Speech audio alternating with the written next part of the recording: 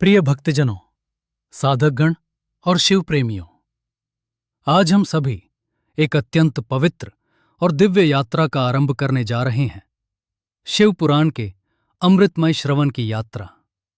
ये केवल एक कथा नहीं है, बल्कि जीवन को दिशा देने वाला, मन को शुद्ध करने वाला और आत्मा को जागृत करने वाला दिव्य ज्ञान है। आज जब हम इस पावन कथा का आरंभ कर रहे हैं, तो हम सब अपने मन, वचन और कर्म को शुद्ध करने का संकल्प लें। अपने हृदय में श्रद्धा और विश्वास का दीप जलाएं और भगवान शिव से प्रार्थना करें कि वे हमें इस ज्ञान को समझने और अपने जीवन में उतारने की शक्ति दें। आइए हम सब मिलकर एकाग्र चित्त से पूर्ण भक्ति के साथ शिव पुराण के इस दिव्य श्रवण को आरंभ करें। शौनक जी ने कहा, हे सूत जी, हे सर्व सिद्धांतों के ज्ञाता महा पंडित, आप विशेषकर पुराणों की कथा का सार मेरे प्रति कहिए। सदाचार, भक्ति के द्वारा विवेक की वृद्धि किस प्रकार होती है और सज्जन अपने विकारों को किस प्रकार शांत करते हैं, सो कहिए। इस घोर कलिकाल में श्राणी असुरत्व को प्राप्त हुए हैं, उनका शोधन किस प्रकार हो, सो आप कहने की कृपा करें। जो वस्तु अत्यंत श्रेष्ठ और कल्याण देने वाली है तथा जो पवित्रों से भी पवित्र है, उत्तम साधन रूप है, सो आप मुझसे कहें। आत्मा जिस साधन के द्वारा शुद्ध हो जाता है और सदा निर्मल चित्त वाले व्यक्तियों को भगवान शिव प्राप्त हो जाते हैं। सूत जी ने कहा, हे मुनिवरों, तुम्हारी प्रीति कथा सुनने में है, इसलिए तुम धन्य हो। इसी कारण मैं बुद्धिपूर्वक विचार करके ये श्रेष्ठ शास्त्र कहता है। ये सर्व सिद्धांत से संपन्न भक्ति आदि की वृद्धि करने वाला तथा शिवजी का संतोष करने वाला परम दिव्य रसायन स्वरूप है। काल रूपी महासर्प का विध्वंसक ये परम श्रेष्ठ शिव पुराण है। हे मुने, ये भगवान शिव के द्वारा कहा गया है। जिसने जन्म जन्मांतर अत्यंत श्रेष्ठ आर पुण्य कर्म किए हों, उस मनुष्य की अत्यंत प्रीति इस महापुराण के श्रवण में होती है। ये शिव पुराण परम श्रेष्ठ शास्त्र है। पृथ्वी में इस शिव स्वरूप ही जानकर श्रद्धापूर्वक इसका सदा सेवन करे।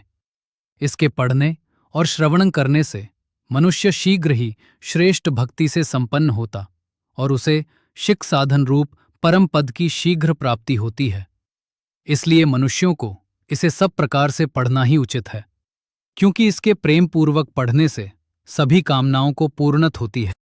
शिव पुराण का श्रवण करने से मनुष्य सभी पापों से छूट जाता और अनेक भोगों का उपभोग करने पर अंत में उसे शिवलोक की प्राप्ति होती है। राजसूय यज्ञ या 100 अग्निष्टोम से जो पुण्य प्राप्त होता है, वो पुण्य शिवजी की कथा सुनने मात्र से ही मिल जाता है। हे मुने, श्रेष्ठ शिव पुराण का जो मनुष्य श्रवण करते हैं, वे मनुष्य नहीं वरन साक्षात रुद्र रूप ही हैं, इसमें संदेह नहीं है। इसके सुनने वालों और कीर्तन करने वालों की चरण रज भी तीर्थ स्वरूप हैं, ऐसा मुनिजनों का कथन है। कल्याणप्रद स्थान की कामना वाले जीवों को नित्य शिवजी के निर्मल पुराण का श्रवण करना चाहिए। यदि सब काल सुनने में समर्थ ना हो तो नियम अर्वक 2 घड़ी ही इसे सुने। बदी प्रतिदिन सुनने में समर्थ ना हो तो पवित्र महीनों में श्रवण करे। जो व्यक्ति एक मुहूर्त, उससे आधा या क्षण मात्र को भी सुनते हैं, वे दुर्गति को प्राप्त नहीं होते। हे मुनीश्वर, इस महापुराण को जो प्राणी सुनते हैं, वे कर्म रूपी विकराल वन को भस्म कर संसार सागर से पार हो जाते हैं। हे मुने, संपूर्ण यज्ञों से जो फल प्राप्त होता है, वो शिव पुराण के सुनने से अवश्य मिल जाता है। विशेषकर कलिकाल में मुक्ति का साधन रूप शिव पुराण के अतिरिक्त कोई अन्य धर्म नहीं है। सुनना या उनका नाम संकीर्तन करना मनुष्यों के लिए कल्प वृक्ष के समान फलदायी है, इसमें संदेह नहीं है। कलयुग के जिन दुर्मधि पुरुषों ने अपने धर्म को छोड़ दिया है, उनके लिए भी ये अमृत रूप हित करने वाला है। इस अमृत को जो पुरुष पीता है, वो अजर अमर हो जाता है और शिवजी के कथामृत से कुल को भी अजर अमर कर देता है। विशेषकर इसका सर्वदा सेवन करें। इसकी कथा परम पवित्र करने वाली है। इस कथा के सुनने मात्र से ही जो फल प्राप्त होता है उसे मैं क्या कहूं। शिवजी में अपने मन को समर्पण कर दे। जिस गृह में शिव पुराण की कथा होती है वो साक्षात तीर्थ के समान है। उसमें निवास करने से पापों का नाश हो जाता है। 1000 अश्वमेध और 100 वाजपेय यज्ञ भी शिव पुराण की 16वीं कला के समान नहीं है। सहस्र गंगा आदि सप्त नदी, सप्तपुरी तथा गया भी इसकी समता नहीं कर सकती। परम गति की कामना वाले पुरुष को भक्तिपूर्वक नित्य प्रति शिव पुराण का एक या आधे श्लोक का पाठ करना चाहिए। इसका जो पुरुष भक्तिपूर्वक पाठ करता और नित्य श्रवण करता है उसके पुण्यात्मा होने में संदेह नहीं है। इसका आदर पूर्वक नित्य प्रति पूजन करने वाले मनुष्य सभी कामनाओं को भोग कर अंत में शिव पद को प्राप्त होते हैं। नित्य प्रति निरालस्य होकर इसका पाठ करने से तथा नित्य पट्ट वस्त्रादि से सत्कार करने से सर्वदा सुख की प्राप्ति होती है।